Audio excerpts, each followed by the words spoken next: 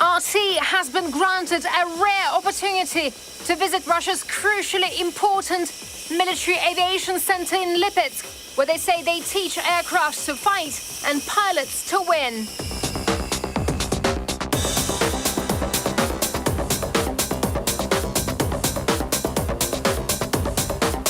The Lipetsk Aviation Center is a school of excellence. Our task is to teach pilots in the Air Force the most difficult types of flight training.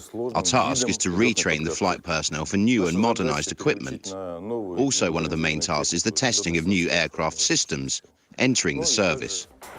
The center also provides a training ground for some of the country's renowned aerobatic teams. The brilliant Falcons of Russia are based here. They are the undisputed elite of the country's aerospace forces. The history of the Lipetsk Aviation Center dates back to the First World War. In the 1920s, the aviation school was set up for future Soviet pilots. However, it closed rather quickly, and instead, a little later, a very unusual training center was founded here. The governments of the Soviet Union and Germany agreed to hide a secret flight test school for training German pilots and testing the latest aviation technology here in Lipetsk. As we know from history, the Germans were forbidden by the Treaty of Versailles to have an air force on their own soil. The school operated here from 1925 to 1933 until Hitler came to power. During that period, more than 450 German pilots were trained here. Several years later, tactical flight courses were reopened in Lipetsk, and since then, they have not stopped training domestic military pilots here. Today, the Lipetsk Aviation Center is perfecting the skills of the flight personnel of the Russian Aerospace Forces, training young officers to deal with various types of combat fighters and providing manuals and instructions for the country's latest jets. Young lieutenants are taught here to fly the new and modernized aircraft that are now entering service in Russia. Everything related to modern military aviation is important here. Therefore, while undergoing training, pilots are able to perform a full range of combat missions assigned to them. They take theoretical courses and conduct training flights.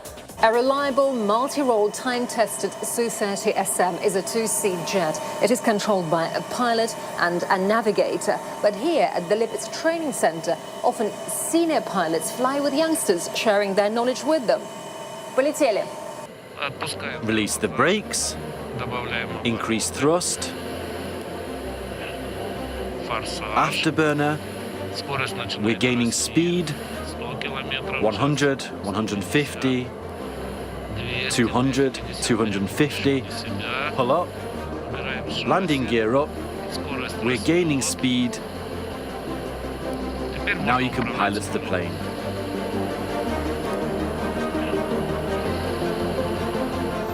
Crews of multi-role aircraft like the Su-30 and Su-35, the Su-34 fighter bombers, the modernized MiG-29 fighters, and the Su-25 ground attack aircraft take part in the center's routine training. All these combat machines serve in the Lipetsk Aviation Regiment, which is part of the center. By the way, it's celebrating its 80th anniversary this year.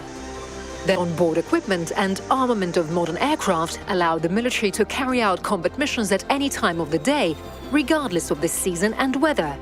And here they are, all the delights of flying in winter. Poor visibility, a blizzard, the need to de-ice the runway and check the aircraft for icing. Such hostile weather requires serious efforts to complete combat missions, and only the strongest can cope.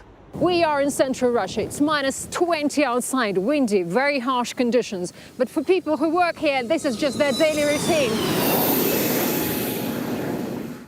No matter whether it's hot or freezing cold, technicians and mechanics begin preparing the plane 4 hours prior to its departure. And at the end of the flights, they walk around their machines again for another 2 or 3 hours until the planes are rolled off to the parking lot. Pilots have different exercises depending on weather conditions. In good weather, they can perform flights at extremely low altitudes, while air display teams can perfect their aerobatic stunts.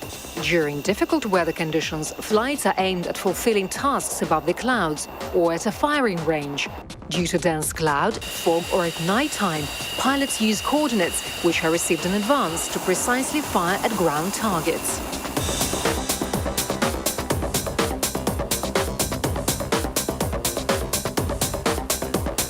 The handsome Su-35S is an air superiority fighter. but it can easily destroy ground or naval targets if bombs are attached to some of its 12 weapon hardpoints. In order to begin its interceptor mission using air-to-air missiles, it must first get rid of those bombs to become much lighter and more maneuverable. The Sukhoi Su-35 is the latest member of the flanker family. It is, of course, a derivative of the Cold War-era Su-27.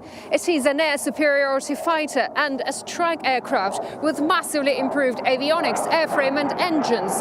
It won't be a mistake if I say that currently this is the world's most maneuverable fighter in service, and it can hold its own against any existing aircraft. I will say in simple words, this aircraft allows you to land in any weather at any airfield. It can destroy any targets regardless of where they are, in the air or on the ground. So I think, and this is the opinion of many pilots of our regiment, that the Su-35 is the best aircraft in the Russian armed forces today. Why doesn't the enemy like it? First, they have not come across it, they don't know this plane, and if an engagement occurs, they will lose 100% because there is no equal rival to this plane in the world. The cockpit of the Su-34 fighter bomber, commonly known as the Duckling, can be built as the business class of fighter cockpits.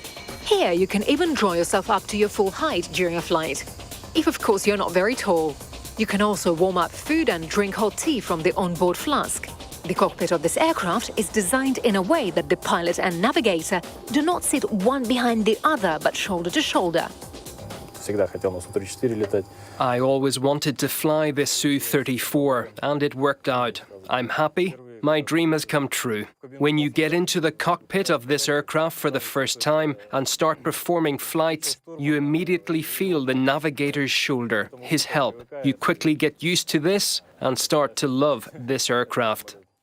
Probably the presence of a more comfortable cockpit in the Su-34 once allowed General Sushkov and his navigator to make a non-stop flight from Lipetsk to Komsomolsk-on-Amur flying this aircraft. The pilots conducted two air-to-air refuel missions, spending 9 hours en route, a record that no one has yet broken. At the moment, I cannot imagine an aviation complex, an aircraft without a pilot. So far, we do not have airplanes that would fully possess human intelligence and could independently perform tasks. But a lot of work is being done in this direction. A lot of unmanned aerial vehicles of various functions are being developed, and they can take over some of the tasks that the pilot used to do. But at the present time, the pilot is indispensable in the aircraft. So today we train top-class pilots in schools, including the Lipetsk Center. Often in aviation, all the attention and admiration go to those who are in spotlight, and those are the pilots. But this is not entirely fair. The flight control team is responsible for managing aircraft movement. They help the planes to take off and land safely and also provide assistance to the flight crew in case of an emergency.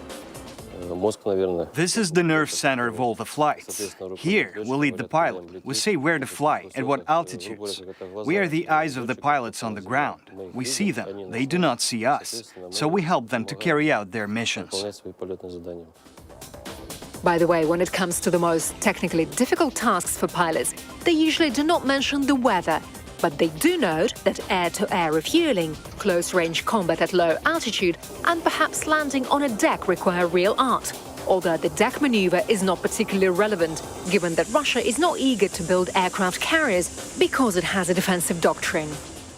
In recent years, technology has been moving forward.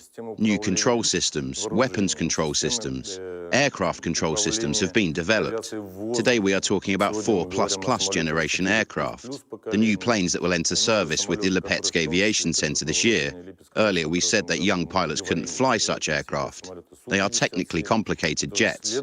Today we say that, perhaps, our youth are already more prepared for this equipment. Therefore new complexes are available. And here's the eternal question. Who is stronger? Well, it's probably always open to debate. But of course, we say that we will not lose in this battle.